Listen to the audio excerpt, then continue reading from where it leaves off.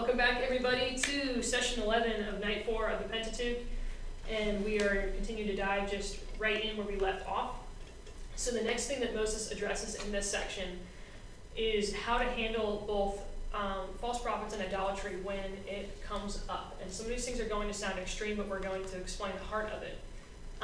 The big part of what's mentioned here, as hard as it can be and as hard as how it sounds, is that if people were worshiping other gods and they were like caught in it, hardcore, we're not talking about like attempted thought of it, for people who are acting on and committed and went ahead to worship other gods when they were in this covenant, they were to be executed. And family members, even if that was your family member, it was exposed to the public and then they were publicly executed. And if you were the kinsman, if you were the one who found out, if say it was your brother, you were responsible to initiate the first strike and the execution. And the reason for this is for you to determine in your heart that your loyalty to God comes before family. Because you made that individual accountability. This is my relationship, my covenant with God. So, as much as it pains you, God came first in that instance. And to do this, if someone was chasing and went ahead and worshiping those other gods, they were now acting like the nations that just got driven out, following in that same path. And to keep the nation from a whole from being corrupted and led to that point, things are going to need to be rooted out quick before they spread. This is a situation where quick, decisive, surgical action is being applied for the sake of everybody else. So this can look like, man, that's really extreme and maybe unfair for the guilty. This is a quick action and a preemptive action to protect all the people who are innocent before it influences their children who don't know better and are learning. Original gangsters. So stuff. This is what happens. So knowing that this is law, this is what this means for the future. If you had a city that suddenly got out of control, that meant nobody was following this. That's how you have an entire city that's guilty.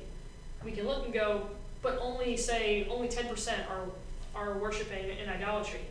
But that means the other 90% did nothing about it while it was small. And in apathy, have allowed this betrayal against covenant, this marriage betrayal, to go on unchecked and just turn the other way. Yep. That is what incurs their guilt. Because they did not cut off the sin that they had influenced and they allowed it to spread. Yeah. That's the final wall when you go through the Holocaust Museum in Washington, D.C. Silence means affirmation. If at the very first, when they put that yellow star on a Jewish person, the people that were around it would have said, no, we're not going to accept that. That would have been the end of it. But because they did not say anything, silence was affirmation. Silence means consent. Exactly. Yeah, that's good. And it certainly and 100% allows things to go ahead and spread. Yeah. What is being demonstrated is they are being invested with authority to essentially to police and protect the covenant. As Adam, as we talked about in Genesis, was not meant to be a gardener. He was meant to go ahead and to protect the presence and the relationship of God. Here again, they are being commissioned. You are accountable to protect this covenant. The idea of in the New Testament that says you run, you flee from the first sign of sin. The reason we're told to take such extreme precautions is because we so often want to toe the line and see how close we can get to the edge without putting our foot over and say, oh, but we're not technically over the line. Yeah. But anyone who's driven on mountains or has seen mountains and has seen guardrails, you do not put a guardrail on the edge. Because if you put it on the edge, it does you absolutely no good. Because if you hit it, you're over. You set guardrails before the edge of the cliff, that way they actually save you. So these are quick, they're surgical, they look extreme, but it's because God knows humanity and he is attempting to protect innocence at the same time. So there's always two sides to these coins. And it's us, based on our perspective of which side of the coin we look at and what judgment call we make based on which side we look at.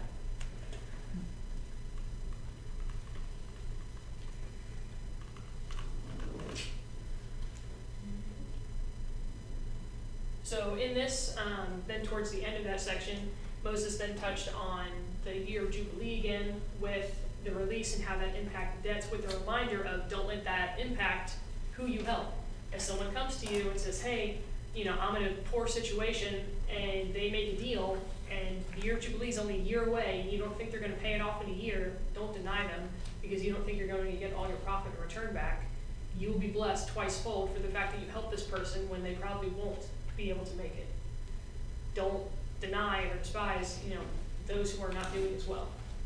And then at the same time, exhorting them to give God their best, because that went right hand in hand. If they were not giving their best to the people who were made in God's image, to his children, they were not giving their best to God. When you see sections back to back, these are being written by people, who are writing things that make sense in a train of thought. So sometimes we see sections back to back in the same section, we think, how do those things apply? But when we look and you actually look for the threads between these two situations, it actually adds more to the context of the whole.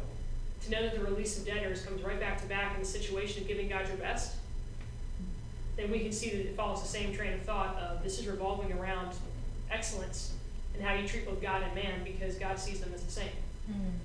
And Jesus would talk about it. For those, who helped the least of these, you did these unto me. Yes. He made explicit what was already being taught back then.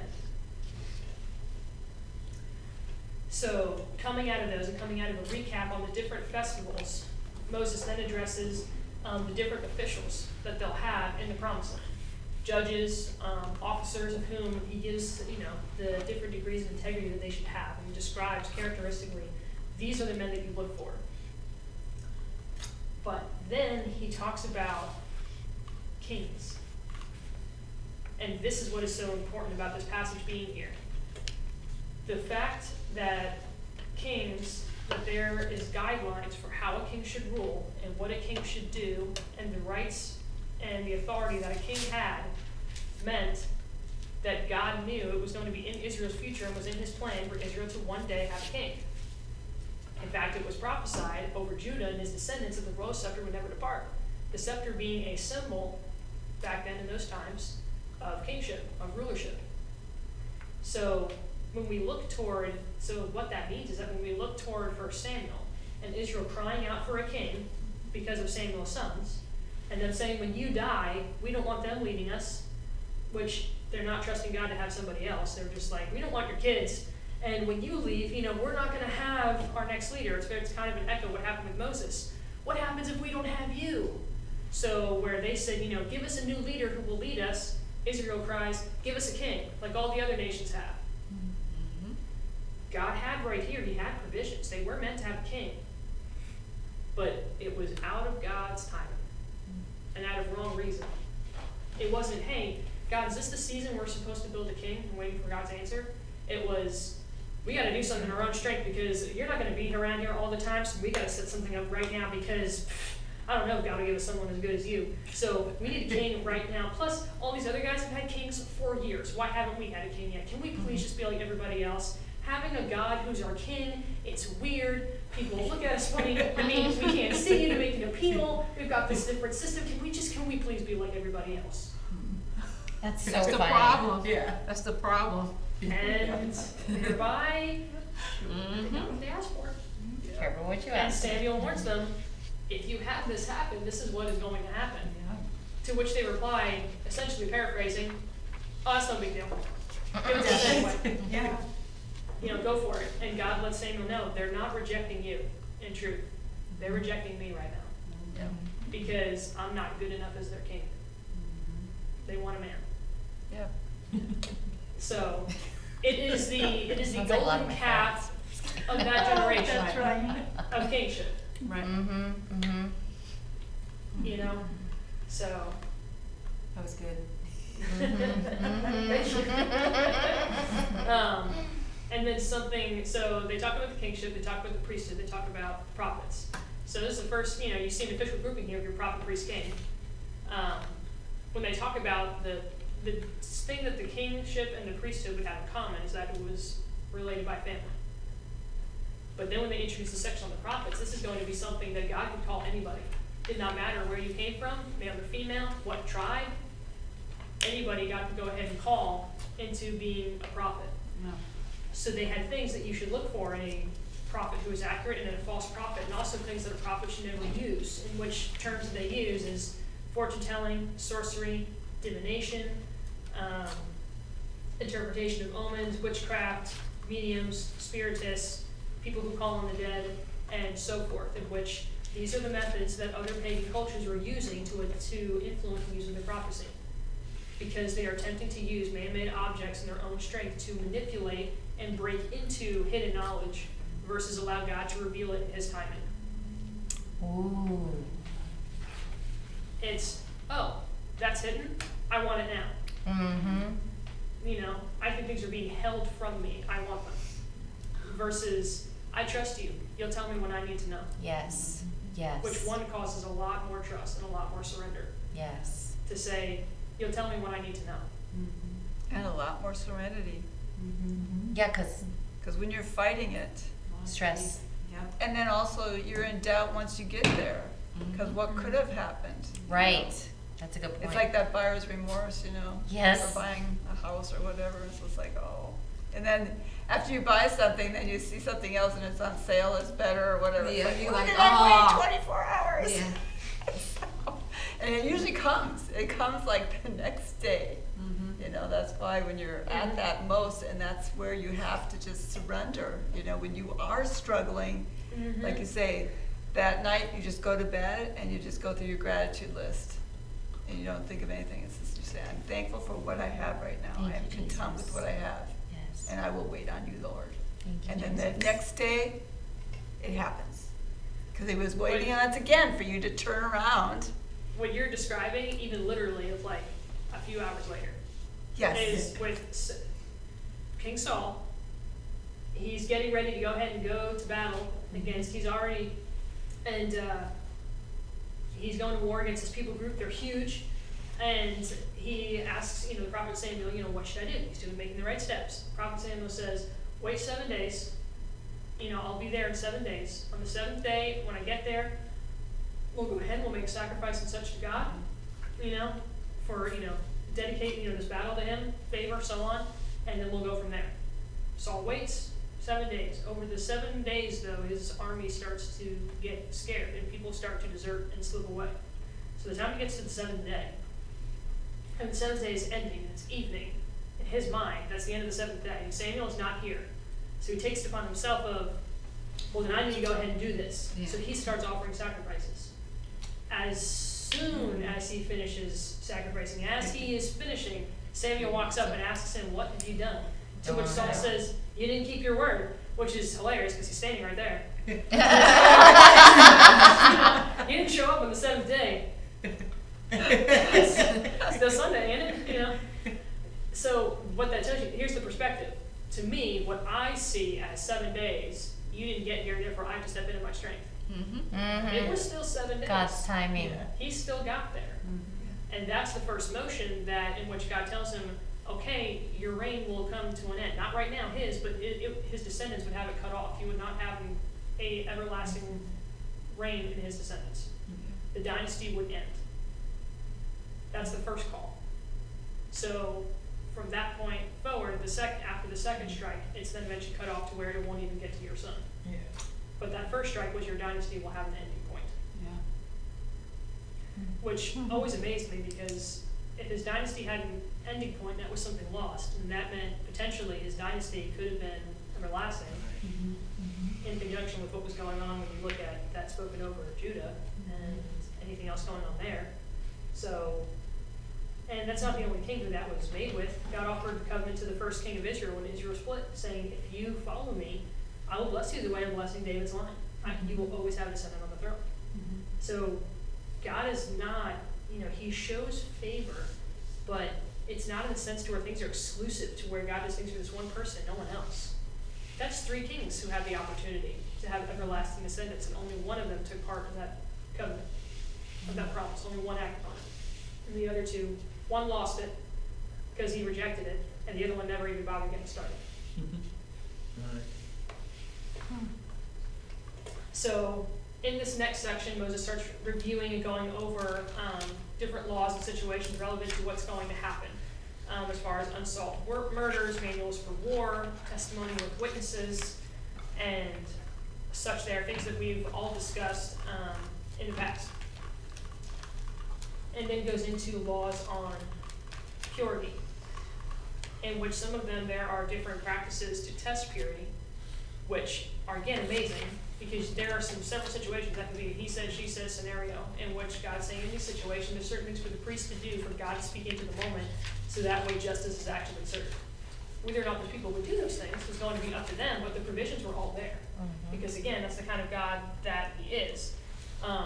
Something that's touched on, which I have in that box on the side, as bonus notes, is they talk about in the section on purity that for certain people who had physical problems, or if there was going to be leprosy or something else, they wouldn't have access into the tabernacle until they were cleansed or made whole. And what's important to know, some of these things that are happening, we don't know all the why. We know in many cases it is symbolic of the bigger sin problem, and that because of those issues, it was going to be bad for them if they entered in. But what's important to recognize is that just because they could not enter the tabernacle did not mean they were suddenly out of the covenant or we could not access God. That is not the same thing. Having access to that building was one thing, but they were not kicked out of the covenant, they were not suddenly not his people, and they did not have access or favor by him. We know that because God performed a miracle for an entire leper camp that was outside of Israel in the Old Testament, where they got to witness God defeat a sound army. They got first dibs on the plunder. And then they went and let and then they let the city know, the very city, that of which they were kicked outside, went and let them know, there's plunder outside that God just provided. So God did some miracles and such for them. Yeah. They were still his people. So that's something I wanted you guys to know, that didn't suddenly cut people off. It was access to a physical building, not access to God.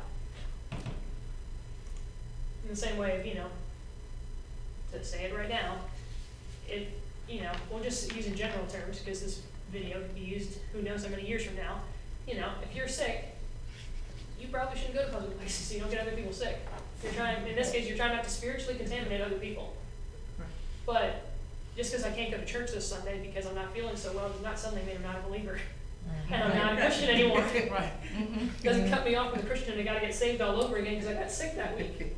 That's the modern day equivalent to at least the relationship aspect of it. Casey's not here, she must not believe anymore. Right, like, oh man, went ahead and got sick. Can you imagine? We'll never see her again. She's never coming back. Yeah, that's Unless I crazy. get born again. Again. And again. Every time I get the sniffles. Yeah. That's crazy. So he continued to give them instructions even on how to treat escaped slaves, in which if they had people from other nations or such who had escaped slavery and came to them for refuge, they were not to turn them away. They were to take care of them because they themselves were a nation of liberated slaves who God had rescued. So they were to go ahead and to take them in, and on top of that, there was two other things. They were to let them live anywhere they chose, essentially becoming and potentially mixing in with any of the other tribes that were there. Free reign. They weren't suddenly, this is your city. Wherever they wanted to live, they were allowed to live. And they were not allowed to have any interest or any higher rates charged on them compared to an Israelite citizen, just because they were escaped slaves and were foreigners. So they were 100% cared for, and again, that's God showing not only that he cares for all people, but that he puts an immense value on life. Because he is a universal God, and God for all people.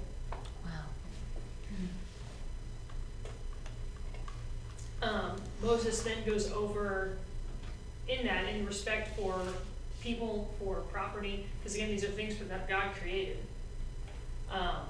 He discusses revenge on the Amalekites who had attacked Israel. These were not part of the people who were protected by any type of thing, in which now their time was coming, eventually, that they would fight against the Amalekites. And it's the Amalekites who Saul was commanded to go ahead and wipe out. This is a future later, that idea of Kerem, of it being dedicated to God, which is why it's such a grievous sin whenever Saul keeps the king to parade. Because now he robbed God of something dedicated to him, and Israel in keeping the plunder and the lambs and all such of the sheep, he had led the whole nation to go ahead and steal from God. To which he says, oh, but they're gonna go ahead and sacrifice it later. Of like, essentially that's saying, oh, they're gonna give it to God, just not yet. Like, we wanna play with it a little first, and then we'll give it. Like, it's like being told, like, yeah, go pick up this car for so-and-so, go joyriding, for 30 days and then give it to them. I just wanted to use it first, instead of giving them this car that they bought. So, that situation, that's why the penalty is so high on Saul in that moment, is because it's current warfare. Moses again emphasizes here in chapter 24, verse 16, this is the verse exactly, children must not be put to death for the sins of parents must not be put to death for the sins of their children, nor children for the sins of their parents. Those deserving to die must be put to death for their own crime. When you know this and it's explicitly stated, this is what backs up when you look at context and you dove into some of the other verses. When God says, I'll revisit the sins of parents they will be revisited onto their children up to the third and fourth generation. He's not saying, I'll punish your children and your grandchildren and your great-grandchildren for what you did. He's talking about the effect of sin. That the effect, example being, alcoholic family environment, your children are predisposed to something that may not have been. They have their own choices and they can shake it off. But there is natural cause and effect. They are going to be affected in a way that would not have been based on the one's choice. However, the mercy in God is that is not something that goes on forever. Even if nothing ever happened, he says, I cut that off at the third and fourth generation. On the other side, he says to the person who is righteous, I will revisit the rewards and deeds of their righteousness unto 1,000 generations. 1,000 generations. Thank you, Jesus. Which when you start using language like that, that's essentially saying forever. Mm-hmm. So he cuts off the negative effect and multiplies the good effect. Yes. So everyone there still has their own choice. So here, the punishment is very clear. You alone are accountable. A theme heavily repeated in Deuteronomy. Because it is your covenant. Not your parents' covenant, not the elders' covenant, it's yours. That's the same as saying your relationship in the New Testament. Exactly. It's not based on my parents, they're saved, but I had to make my own choice, and it's my walk. Right. What I can experience and reap blessings of their choices, Of course. but I have my own calling as well for me to follow, and I alone am accountable for that. Yes. I think I brought it up last week. The second of the Chronicles of Narnia films, based on the Chronicles of Narnia books, Prince Caspian, that in the film, Aslan, who's representative of Christ, of God, The lion. the lion, yes. In the movie Prince Caspian, the children are traveling to a certain way. They're trying to figure out where to get where Aslan, God, sent them. Lucy, the youngest, who was the most in tune, has the most intimate relationship with Aslan, God, in that sense, that childlike faith. She believes she sees Aslan beckon her and tell them to take a different path. When she tells her siblings and the other man traveling with them, there are a party of 5, her brother Edmund believes her, the next oldest, the one who had been to Judas, relayed the first film, because he has been redeemed so much, he knows now this time, and he says, if you said Trust. you saw him Yeah. and God said go, we go. Yeah. Peter and Susan, the oldest two, in their logic say, we didn't see him, why would he only show up to you? I don't think so. That doesn't make sense. That's a harder path to follow. Well, we could get killed on that way. And the tiebreaker is the 5th man, who has never seen Aslan ever and doesn't really know that he exists. God might be a myth. And says, yeah, I'm not following the myth. So they're outvoted 3-2. So Lucy submits and goes with the others. Later, she actually does see Aslan run into him physically, and she gets all excited in their conversation. They're rolling together, on the ground, she's playing with him like a big cat, and he's super excited, gives her a hug. And she says, yeah, I knew it was you, but the others didn't believe me. And his response, it always stopped me cold from when I was a kid. He looks at her straight in the face with both love and authority and says, and why did that stop you from coming to me? And all of a sudden, the tone changes. Yes. And she didn't think about it and just says, Lesson all she can say learned. is, I'm sorry. Of realizing, whoa, yes, I saw you. If anything, I alone was accountable to whether or not I came. But I let the opinion poll of the others cause me not to. Yeah, But you know, when you tell people, no or whatever, because you are following God's calling, I believe part of the pruning process is people, because they will just fall off too. You know, if they're not seeking Him, you know, when you're dedicated to God, like they just start to, they're either trying to pull you away intentionally or not, you know, but they're just, I mean, I know it's your own path, but, you know, it hurts, you know, like the losing of, when you say, like if she would have said, no, I'm going because I saw him, you know, Aslan told me come. they would, yeah, they would have, what, would have let her go by herself, you know, or like, what would they have done, you know, but she would have been following her calling, so, that's just, At the same time, the Bible recognizes situations where if something was totally out of your control, He's not holding you accountable to more than is not there. right, We talked about it in Numbers in the case of tithing and in vows. yeah, To protect a wife, you know, if she made a vow, her husband, up to a certain period of time, there was a righteous limit on it. If he did not feel that the vow was a good idea, then he could cancel that vow, and she would not suffer any consequences of that vow not being kept because her husband canceled it, and it was as though it never happened.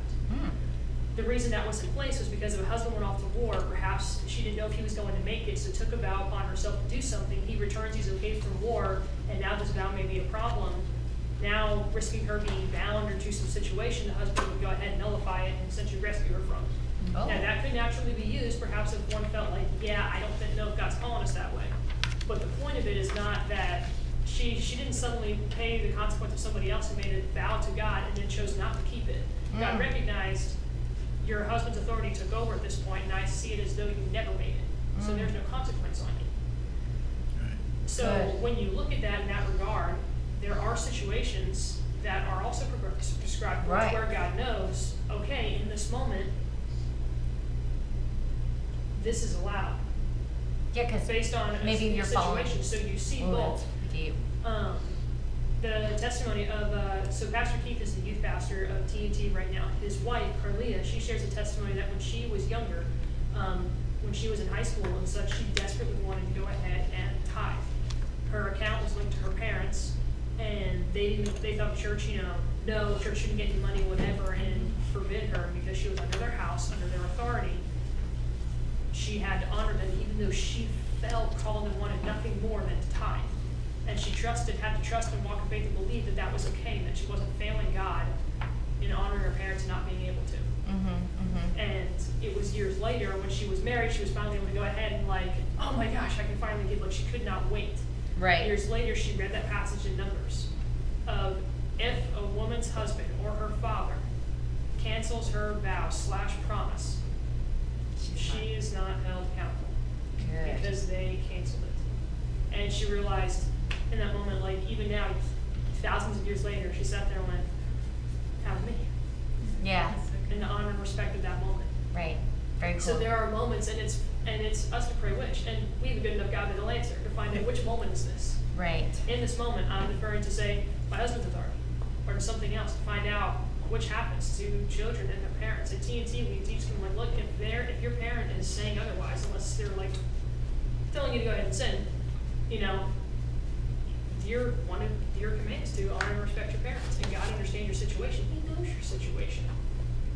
So God addressed both when you are fully accountable, but when someone else's authority supersedes yours, God also recognized the realities of those situations. So again, he was never holding the people to something that they could not possibly do.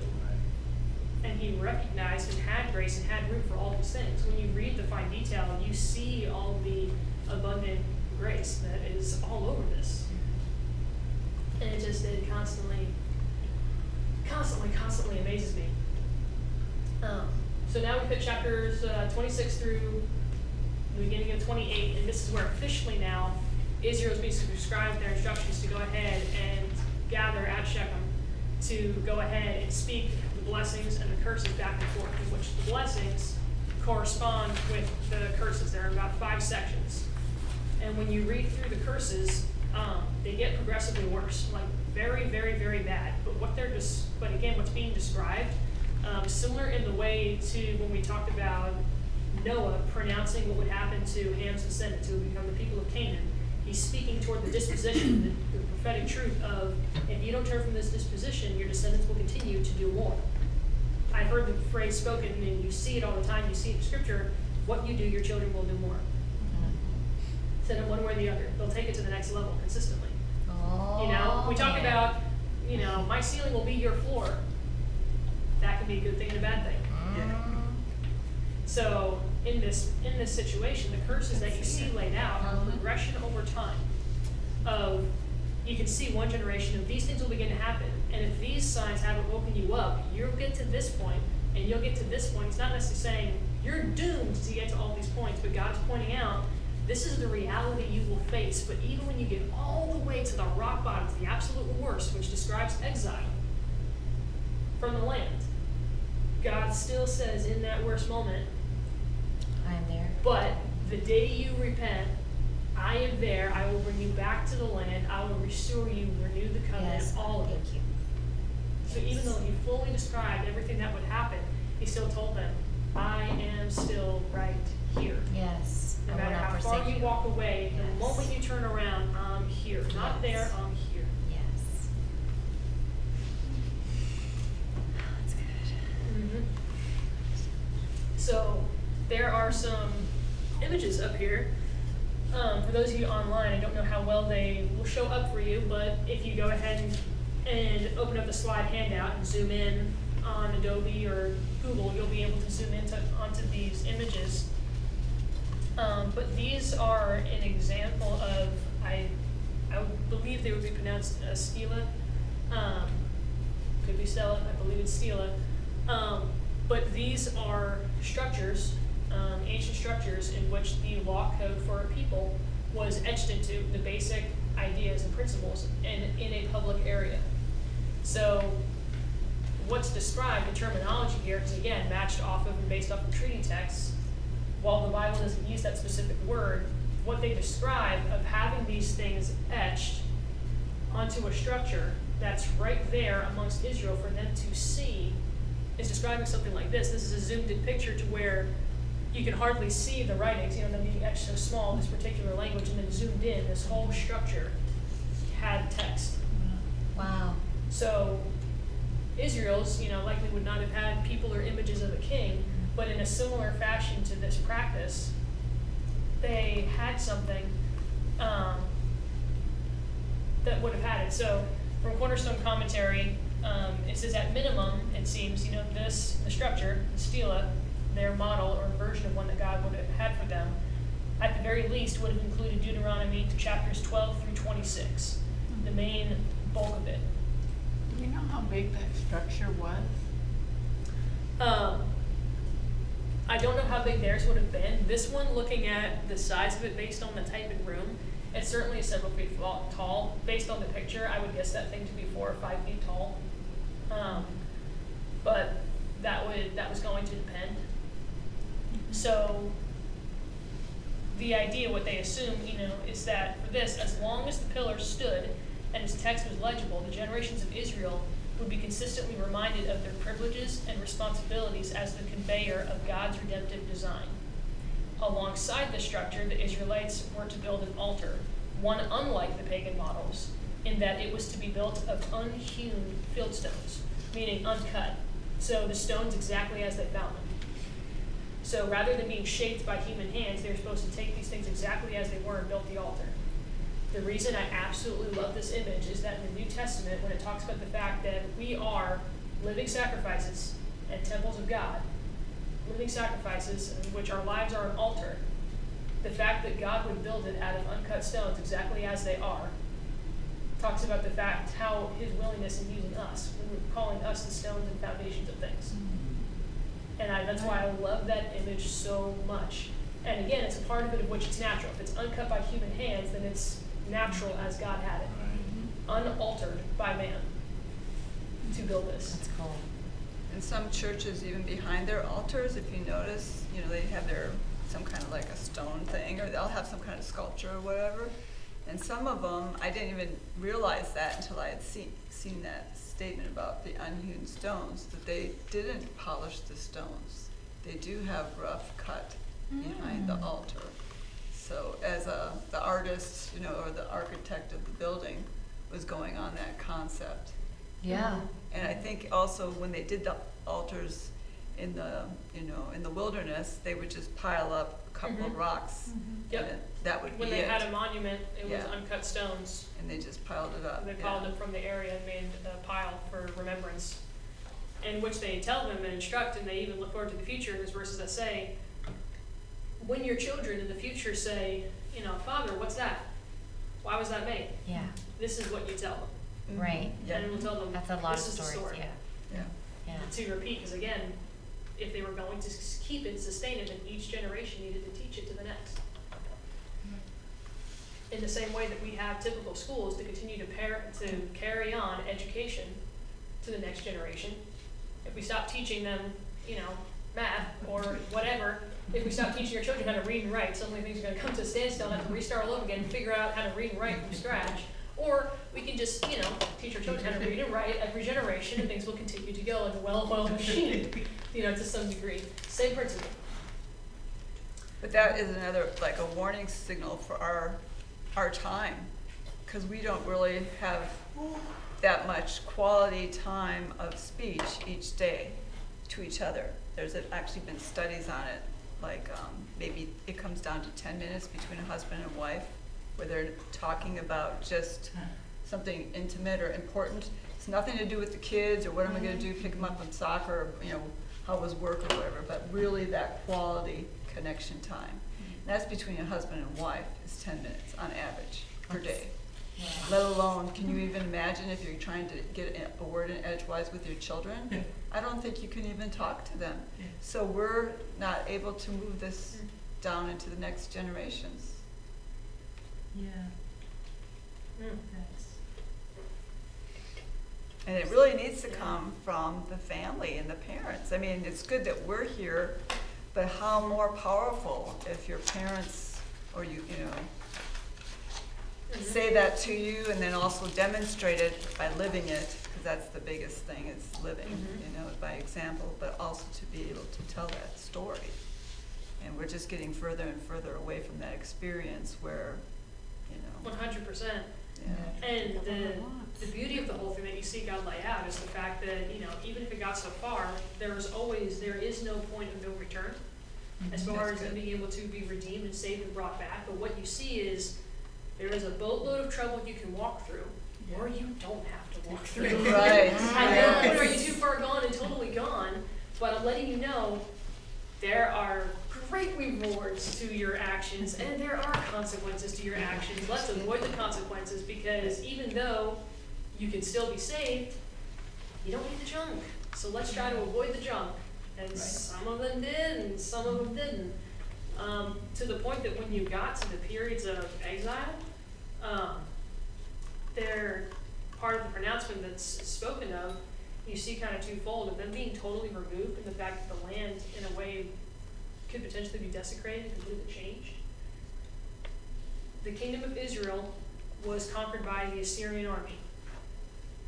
And this is where the difference with the split of those kingdoms between Israel and Judah. Judah had the favor on their line to always continue because of the way that David walked. And again, when you see the righteous actions of one man, eternal effect all the way down the line. No matter how his descendants Thank you, acted, Jesus. Yes. God kept that promise because it related to a promise he made to David. So another king was still on the throne all the way down and continued. Even in exile, one of the kings still lives and his descendants are still there and they come back from exile. Judah was exiled by the Babylonians. The way the Babylonians handled exile is they exiled the vast majority, starting with the very top of the wealthy down to a certain class, and left the lowest class, but they left the lowest class in the nation. So the lowest class of Judah was left in Judah, and they set a governor over them to continue to run their own city, and they reported to Babylon. Their captives, they then sent to Babylon, but put them in cities that were designated for them. So they had a mini pocket community. If you think, loosely, the idea of having certain cities, like a Jewish city in New York, or pockets of that community. So even though Israel, You mean like Chinatown or Sure, exactly. Italian? So, right, or your Italian blocks, or Yeah. different, so though the kingdom of Judah, which was the tribes of Judah and Benjamin and the Levites, though they were exiled to Babylon, they were not scattered. They were in a massive empire, but they were in their own communities, still living according to their ways and customs. So their identity was not lost.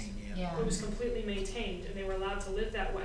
So when they returned back to their own land, which was still being run and lived in by their people and descendants of people who had not been exiled, and came back and rejoined. Israel's kingdom, which was the other 10 tribes, when they came to their end of their kingdom, they did not have that same promise and such on them. And we know that the other tribes, there were going to be people who moved from one tribe and came to the next. You didn't always have, in that whole nation of Judah, you did not have only Judah, only people from Judah, only Benjamin, only Levi. You had families from the other tribes. But as a whole, those tribes lived there, the vast majority. The kingdom of Israel, they were conquered by Assyria. Assyria handled things 100% different.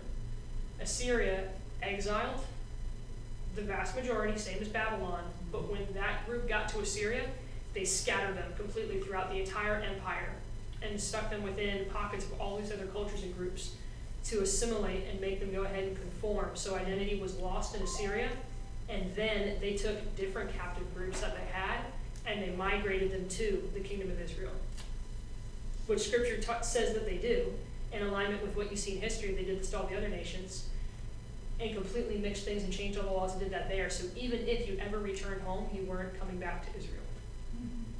The kingdom of Israel was gone. The equivalent of that modern day was, pick a nation, enemy nation comes and attacks America. 80% of us get taken to that nation, and we're completely separated, cut off from each other, to where we're forced to learn the language, the customs, everything. I don't know when I'll ever see another American. I may never see another American in my life. You can I'm do so that with even scattered. the Civil War, Do that with, sure. North or South. But then in America, say they also conquered the French to just grab anybody. If the French were also captive, they would suddenly migrate the French and the German and people from Poland to the United States. And all our American culture, all our American identity is gone. I mean, it sounds like what's going on in the world constantly. So, yeah, the enemy's move is always to wipe out identity. Yeah. So the Assyrians obliterated identity. The Babylonians Wow. let you keep identity to actually encourage loyalty of the fact that we didn't make you suddenly stop being an Israelite. We want you to have loyalty to us, but they still gave the things in return. They gave and expected to be given back to. So that's why Judah was able to return and essentially pick up right back where they started. God knew that. Where for the kingdom of Israel, gone. You never hear from the kingdom of Israel again. The rest of the descendants from those tribes who had already moved to the kingdom of Judah continue, and it's one kingdom again after both exiles. The enemy's MO is to wipe out identity, Yes, always. always. Because that's where we get our everything. If I know that I'm God's kid and I know God is my father and that makes me who I am, then if I know my identity, Right. you can try all you want to do anything you want against me to make me do things, make me do whatever, but if I know exactly who I am, you're not touching my dignity, you're not touching my authority, you're not touching, my possessions, my inheritance, nothing. But the moment you rob me of my identity, I lose everything else with it. And that's exactly why Satan attacks identity, or will attach behavior and circumstance to identity, which notice God does not do. If you lie, you're not doomed to be a liar. If your identity as a child of God, if you sin, you do not suddenly become a sinner to get born again of such. The way we define it in our family is you have acted out of character. You've acted out of character with who you really are, and you come back to your true behavior because you're born again. Your identity is not changed. It's remembering that identity. What Satan does for people is he attaches identity to their behavior, to their sin, to their lifestyle, To their So then, reality. to their reality, so then even if someone attempts to help them, they can't, the person who's living that lifestyle can't separate a wrong action from themselves because it's been intertwined with their identity. As a believer, I can go ahead and level in production let you know, hey, your action isn't lining up with how God's called you to live. I'm actually encouraging and pulling out and reminding you of your real identity. Because I recognize that your identity and your actions are two separate things. But for the person who the identity and the action are the same, if you come against the action, you've now come against me as a person, which is going to make me defensive, and I will fight tooth and nail because you're attacking me. And I don't see that you're speaking to my action because I can't separate the two. Right. Because I've been taught not to separate the two. So Even when it's assimilated. even when not separating the two, you have to teach yourself. So, for example, growing up, like if I got in trouble, it was I got in trouble. It wasn't the action that was in trouble. I was in trouble, right? So, when my daughter's acting out of character or what have you, I have to. She'll say, "Why are you saying I am this?" No, not you. Your action, your decision at that moment is what I'm talking about. You as a person, I love, I adore, you're amazing, but that decision, bad, you know? So it doesn't change that you're still beautiful, amazing, wonderful, my firstborn, I will love you forever. This is just a bad choice. Amen. Yes. What did Pastor Marvin say in that class week? Who I am is not what I do. It's not what I do. Is not what I do. Yeah. Yes. That's Right. the Yeah. difference. Yeah. It's like That's love the huge the difference. sinner, Yeah. but don't like the sin. Yes. And that's how we're Love able the to. sinner because that's the person, Right. but it's that sin, the action, that Right. is the problem. Separate. Yeah. Right. Yeah. Mhm. Yeah. That applies. And that is a big 100%. thing in our world Yeah. because In our it's- world and even in yeah, our, because we've even in our been church. brought up as Yeah. It can be confused. very hard to Yeah. separate, even for us, even though we know to do the right thing, it can be very difficult to separate someone's action from who they are. Right, To recognize you're acting out of character versus in character. exactly. Right. Versus I see your action and that's my impression of you. It can be, Yeah. even though it's not called to be. And of course, taking it to the extreme doesn't mean that you don't protect yourself, regard your heart in situations. Amen. Doesn't mean you're meant to suddenly make every single person on the planet your number one best friend. Right. Amen. That's not what we're called to do. But you can love someone, you can honor someone, you can respect someone without having that person's phone number, being at their house, every night for dinner. That's why, we're supposed to love our enemies. That's how we can. Yeah, exactly. That's Yeah. how we can love our enemies, Yeah. because we know that they are a child of God. Everyone is a child of God, Mhm. but their actions are not of the character, and that's where we beat our heads against each other. Mhm. That got deep, didn't it? Yes, it did. That In the statement best alone way. can go very deep. Yes. So Yeah. we'll go ahead and we will stop on that note, and we'll keep it to 5 minutes for the break, because if we can get to the end, I'd love to have the chance to have some discussions overall on what we've covered. So we're going to aim for that. So we'll keep the break short so that way we can actually have use up some free minutes of discussion time at the end. So have that.